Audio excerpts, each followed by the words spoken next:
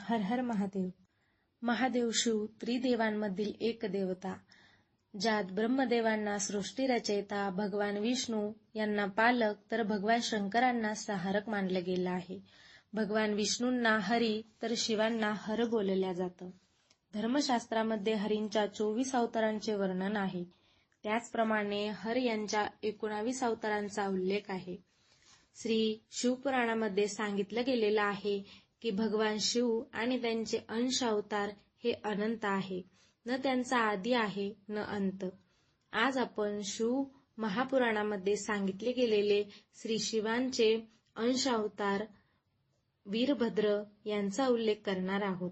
तत्पूर्वी सर्वांना हर हर महादेव. वीरभद्र यांना श्री शिवांचा गण मानलं जातं. हा अवतार त्यांच्या जटामधून उत्पन्न झाला होता. एका कथेनुसार एकदा प्रजापती दक्ष यांनी खूप मोठ्या यज्ञाचं आयोजन केलं.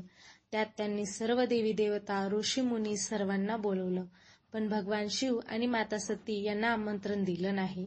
पण माता सती ह्या महादेवांचं न ऐकता आपल्या पित्याच्या घरी जाण्यासाठी आमंत्रणाची काय गरज असं म्हणून निघाल्या. पण तिथे गेल्यावर त्यांनी पाहिलं की ना तिथे भगवान शिवांचा भाग यज्ञासाठी काढला होता आणि न माता सती यांचं तिथे स्वागत केलं गेलं. शिवाय दक्ष प्रजापती यांनी माता सती यांच्याकडे पाहिलंही नाही. आपल्या पतीचा झालेला अपमान माता सती यांना सहन झाला नाही व त्यांनी त्या यज्ञ कुंडामध्येच आत्मदाह केला. भगवान शंकरांना जेव्हा हे कळालं तेव्हा भगवान शिव हे अत्यंत क्रोधित झाले व दक्ष प्रजापती यांना दंड देण्यासाठी त्यांनी आपल्या जटांमधून वीरभद्र नावाचे एक गणाची उत्पत्ती केली. शिवांच्या आदेशानुसार वीरभद्र यांनी दक्ष प्रजापतींचा संपूर्ण यज्ञ उद्ध्वस्त केला. दक्ष प्रजापती यांचं शीश धडापासून वेगळं केलं. याचा उल्लेख हा स्कंद पुराण, शिवपुराण, देवी पुराणानंतर देवसंहितामध्ये केलेला आहे. भगवान शिवांचा क्रोध शांत व्हावा यासाठी भगवान श्री विष्णू आणि ब्रह्मदेव यांनी खूप प्रार्थना केली व दक्ष प्रजापती यांना अभय देऊन यज्ञाची सृष्टीच्या भल्यासाठी पूर्तता करावी अशी विनवणी केली.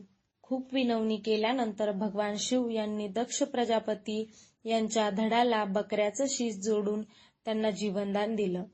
ज्यानंतर हे यज्ञ पूर्ण झालं. भगवान शिवांच्या 19 अवतारांमधील वीरभद्र यांची दक्षिण भारतामध्ये भगवान शिवांप्रमाणेच पूजा अर्चना केली जाते. लेपाक्षी गावामध्ये वीरभद्र नामक मंदिर आहे. दक्षिण भारतामध्ये हे मंदिर खूप विख्यात आहे आणि संपूर्ण देशातून लोक इथे दर्शनासाठी येतात. भगवान शिवांच्या दुसऱ्या अवताराचं वर्णन आपण पुढील भागात जाणून घेणार आहोत. तोपर्यंत सर्वांना श्री स्वामी समर्थ. जय जगदंब. माहिती आवडल्यास नक्कीच कमेंटमध्ये हर हर महादेव लिहायला विसरू नका.